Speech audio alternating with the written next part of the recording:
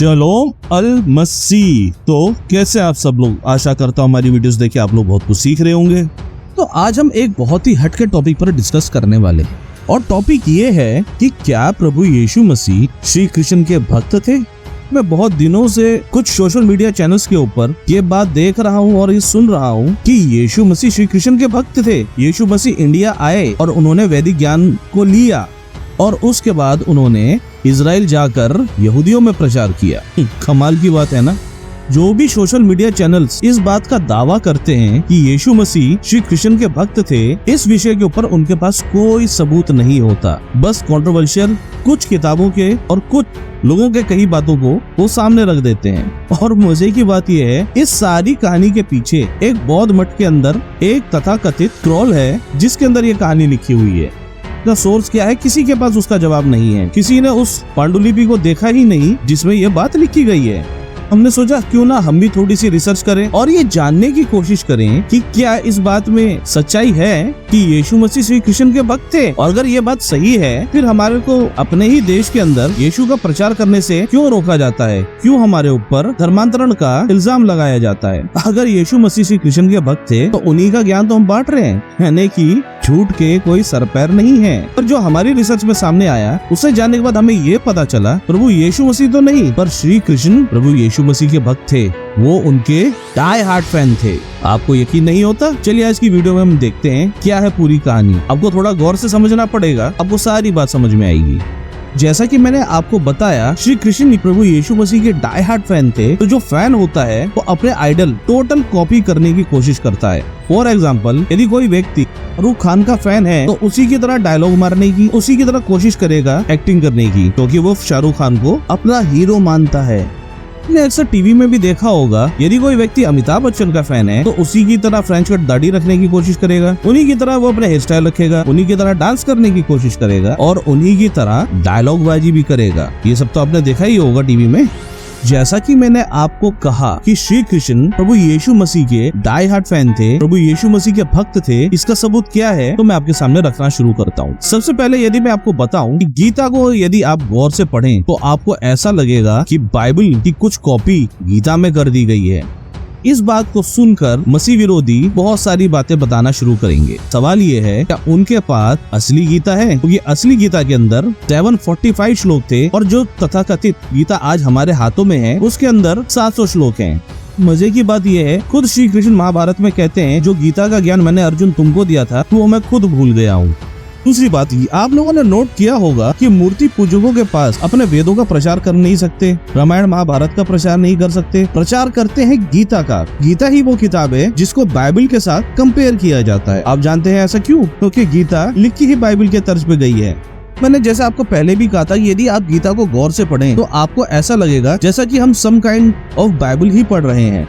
तो चलिए अब हम लोग देखते हैं कि क्या सच में श्री कृष्ण प्रभु यीशु मसीह के भक्त थे और क्या श्री कृष्ण प्रभु यीशु मसीह के डाई हार्ट फैन थे और क्या श्री कृष्ण प्रभु यीशु मसीह को कॉपी करते थे। अगर हम रेवोल्यूशन यानी प्रकाशित वाक्य 1:17 और 22:13 पढ़ें तो वहाँ पे प्रभु यीशु मसीह कहते हैं, अल्फा और ओमेगा मैं ही हूँ, प्रथम और अंतिम मैं ही हूँ, पहला और आखिरी मैं ही हूँ। ये आप लोग जानते हैं और आप ये सुने भी हैं। अब मैं आपको गीता में से दिखाता हूँ और इसे जानने के लिए हम पढ़ेंगे गीता अध्याय 10 श्लोक 20। या इस प्रकार से लिखा है, अर्जुन मैं समस्त जीवों के हृदय में स्थित परमात्मा हूँ। और आप लोग यहाँ से कंफ्यूज मत होंगे कि यहाँ पे श्री कृष्ण अपने आप को परमात्मा कह रहे हैं, हम आगे भी देखेंगे। मैं ही समस्त जीवों का आदि मध्य और अंत हूँ, यानी फर्स्ट, सेंटर और लास्ट मैं ही हूँ।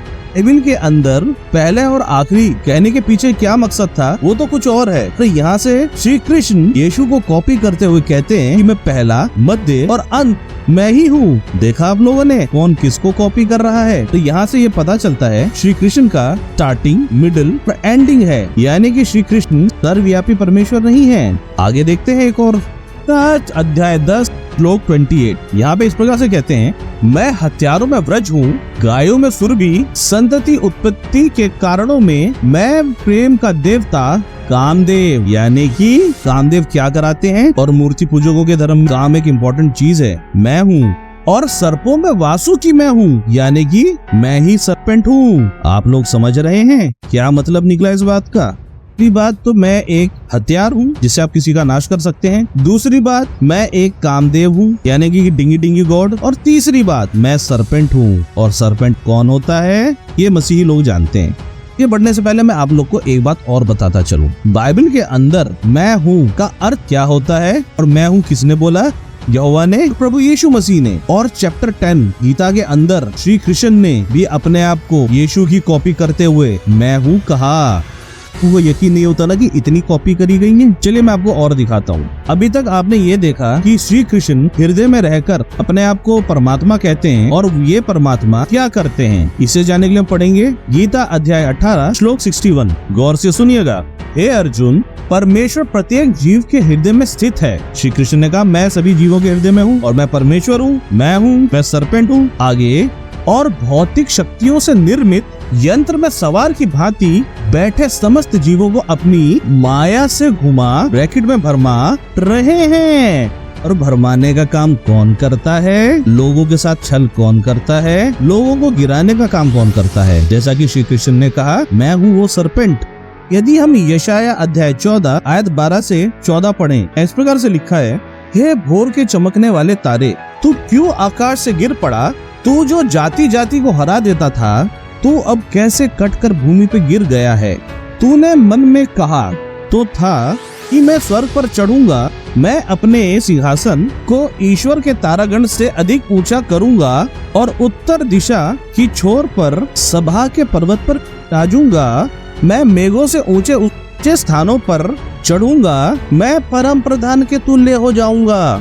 आप देख रहे हैं यहाँ पर क्या बात हुई है। सरपेंट खुद कहता है मैं ऐसा करूंगा, मैं ऐसा करूंगा। और श्री कृष्ण गीता में कहते हैं मैं ही पहला, मध्य और आखिरी हूँ, मैं ईश्वर हूँ, मैं जीवों के हृदय में बैठकर उनको भरमाता हूँ। और यहाँ पर कॉपी करी जा रही है प्रभु यीशु मसीह की। जैसा कि बाइबल में हमें पढ़ा कि मसीह का विरोधी भी अपने आप को परम प्रधान के तुल्य बनाना चाहता था, यानी कि वे परम प्रधान यानी परमेश्वर का फैन था, उनको फॉलो कर रहा था, खुद को परमेश्वर समझ बैठा।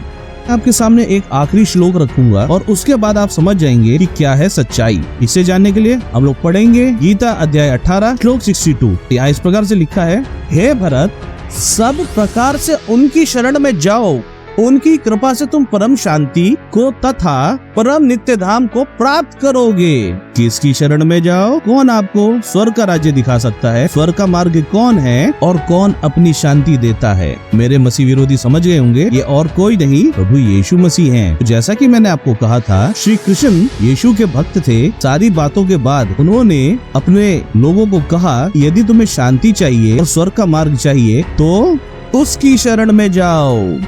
यदि श्री कृष्ण खुद को ईश्वर मानते होते, कहते मेरी शरण में आओ, उन्होंने बोला उसकी शरण में जाओ। दूसरी बात, यदि मूर्ति पूजक हर जगह यीशु मसीह को नीचा दिखाने की कोशिश करेंगे, वो भी बिना तथ्यों के, तो हम लोग उनकी ही किताबों को खोल के पढ़ेंगे और जानेंगे क्या कहती हैं इनकी किताबें। तो यदि हम दोनों किताबों को बाइबल से कंपेयर करेंगे तो दूध का दूध और पानी का पानी हो जाएगा।